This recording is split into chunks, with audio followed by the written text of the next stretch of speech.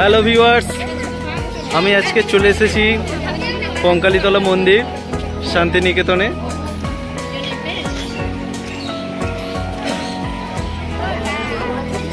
আমি এখন অবশেষে চলে এসেছি জয় মা কঙ্কালী।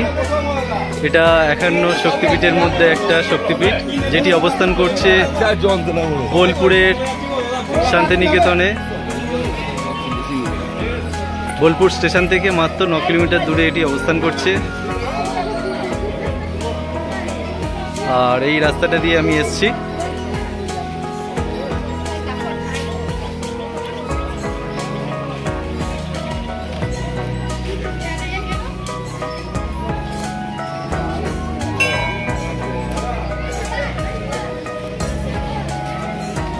এটা হলো কঙ্কালীতলার মন্দির এরিয়া।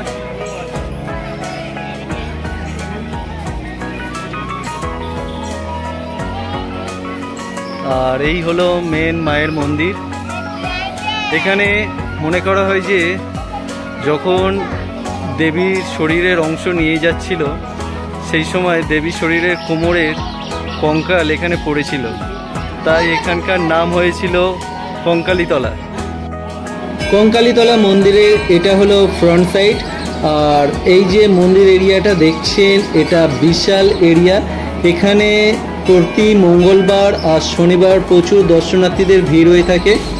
আর আপনাদের বলে রাখি, এই মন্দির সকাল 8টায় ওপেন হয় এবং রাত 9টা পর্যন্ত খোলা থাকে। তবে চেষ্টা করবেন মঙ্গলবার আর শনিবারটা বাদ দিয়ে আসে, কারণ মঙ্গল আর শনিবার প্রচুর দর্শনার্থীদের ভিড় হয়। আজও প্রচুর দর্শনার্থীদের ভিড় হয়েছে, দেখতেই পাচ্ছ প্রচুর দর্শনার্থীদের লাইন পড়েছে মায়ের মন্দিরে পুজো দেওয়ার জন্য। এই মন্দিরটা খুব বিখ্যাত একটা মন্দির। 51 শক্তিপীঠের শেষ শক্তিপীঠ হলো এই কঙ্কালীতলার কালী মন্দির।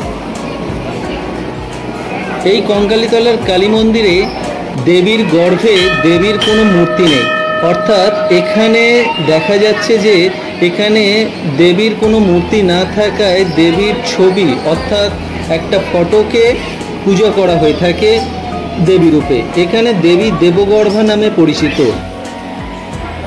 আমি আপনাদের মন্দিরের ভিতরে ছবি দেখাতে পারবো না, কারণ মন্দিরের ভিতরে ছবি তোলা অ্যালাউ নেই। তাও যতটা দেখানো যায় চেষ্টা করছি। এখানে দেবীর ছবিকে মূর্তি হিসেবে পূজা করা হয়ে থাকে। শান্তিনিকেতন এলে অবশ্যই এই মন্দির ঘুরে যাবেন। আর এটা হলো মন্দির প্রাঙ্গণের ডান দিকের মেন গেট। এই গেট দিয়ে আমি প্রবেশ করেছি। প্রবেশ করার সাথে সাথে ডান হাতে দেখতে পাবে একটি বিশাল বড় বটগাছ। আর এপারে একদম ফ্রন্ট সাইডে সামনে দেখতে পাবে জয় মা কঙ্কালী মন্দির। আর এই মন্দিরের পাশেই রয়েছে সতীকুণ্ড, যেটি খুব বিখ্যাত একটি কুণ্ড। শান্তিনিকেতনের বিভিন্ন জায়গায় আপনারা দেখতে পাবেন এরকম বাঁশির সুরে বাউল গান, একতারার সুরে বাউল গান, সাঁওতালদের নাচ, যেটা কঙ্কালীতলাতেও আমি দেখতে পেয়েছি। আপনাদের সঙ্গে একটুখানি শেয়ার করলাম। খুব সুন্দর বাজাচ্ছিল আমাদের বাউল দাদু।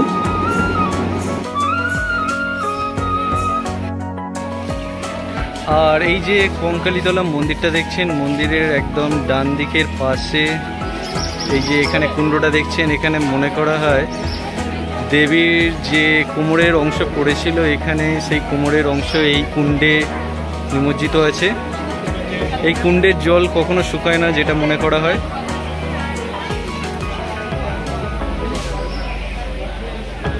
এখানে নিচে যে পাথরগুলো আছে সেগুলো 12 বছর অন্তর তুলে পুজো করা হয়। এটা খুব পবিত্র একটা কুণ্ড। আর এটা হলো মন্দিরের মেন গেট। মেন গেট থেকে এন্ট্রি নেওয়ার সাথে সাথেই সামনে এই মন্দিরটা দেখতে পাবে, আর তার ডান হাতে এই কুণ্ডটা আছে। চলুন মন্দিরের বাম সাইডে কি আছে আমরা দেখে নেব। এখানে শান্তিনিকেতনে এলে দারুণ লাগবে। এখানকার চারিদিকে যে প্রাকৃতিক পরিবেশ আপনাকে মুগ্ধ করবে।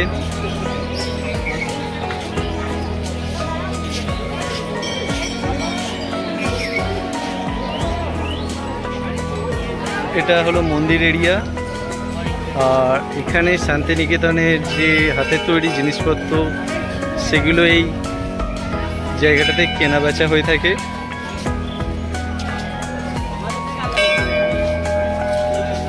এটা হলো মায়ের মেন মন্দির, আর মেন মন্দিরের ঠিক অপোজিটের এই দিকে আছে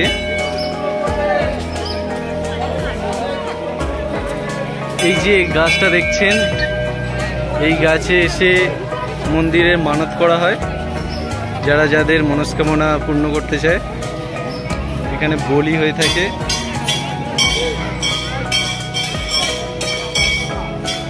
আর মন্দিরের এদিকটাতে আছে ভোগ ঘর।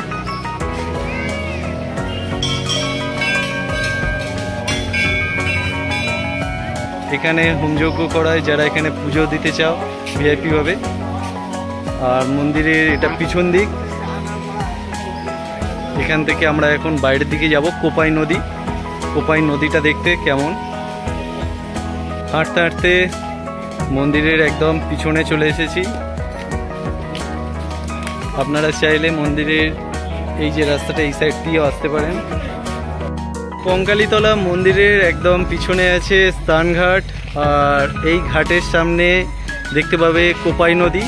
এখানে সন্ধ্যাবেলার দিকে এলে এখানে সন্ধ্যা আরতি হয়। এই যে স্টেজটা দেখছেন, এখানে সন্ধ্যা আরতি হয়ে থাকে।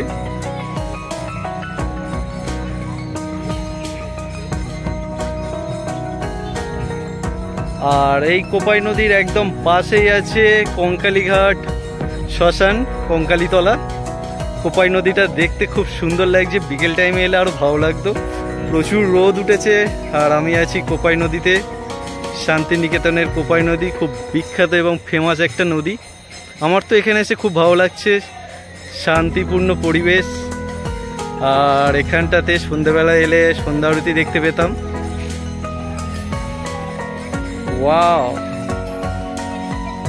এটাই হলো কোপাই নদী। আর কোপাই নদীর একদম পাশে মহাশ্মশান আছে। এখানে তন্ত্র সাধনা হয়ে থাকে। এখন সেই মহাশ্মশান দেখতে যাচ্ছি আমি। কঙ্কালীতলার বৈতরণী হলো মহাশ্মশান। এটা হলো শ্মশানের গেট। আর এই যে রাস্তাটা দিয়ে এসছি আমরা মন্দিরে, এই রাস্তা ধরে সোজা চলে এলে পৌঁছে যাবে মহাশ্মশানে। আর ডান দিকের এই সোজা রাস্তাটা চলে গেছে মায়ের মন্দিরে।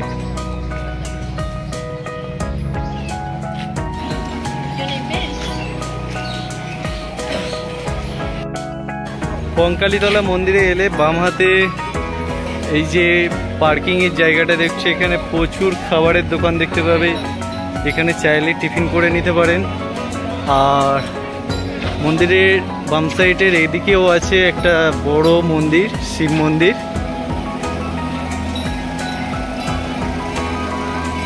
আমার সামনে দেখতে পাচ্ছ কঙ্কালীতলার বড় যে শিব মন্দির, এই সেই মন্দির। এখানে শিবের মূর্তি আছে। আর শান্তিনিকেতনে এলে তো হাতে তৈরি জিনিসপত্র দেখার মতন পাওয়া যায়। দেখতে পাচ্ছি এখানে প্রচুর হাতে তৈরি জিনিস আছে।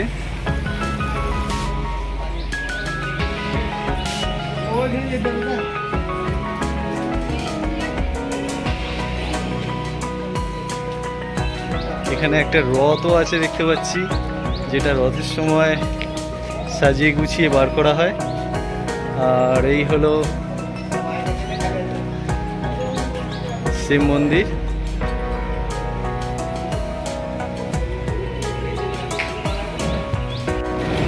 মন্দির দর্শন হয়ে গেছে আর পুজো দিয়ে এখন আমরা ফিরে যাচ্ছি আমাদের বাড়ির উদ্দেশ্যে।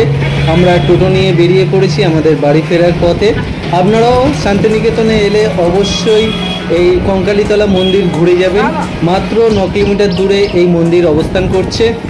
আর এই ভিডিওটা যদি ভালো লাগে তাহলে ভিডিওটাকে লাইক কমেন্ট শেয়ার করবে। আর কঙ্কালীতলা মন্দির সম্বন্ধে যদি কিছু জানার থাকে তাহলে কমেন্ট বক্সে অবশ্যই কমেন্ট করবেন। আমি আপনাদের সমস্ত প্রশ্নের উত্তর দিয়ে দেবো। এখানেই শেষ করছি আমার আজকের ভিডিও।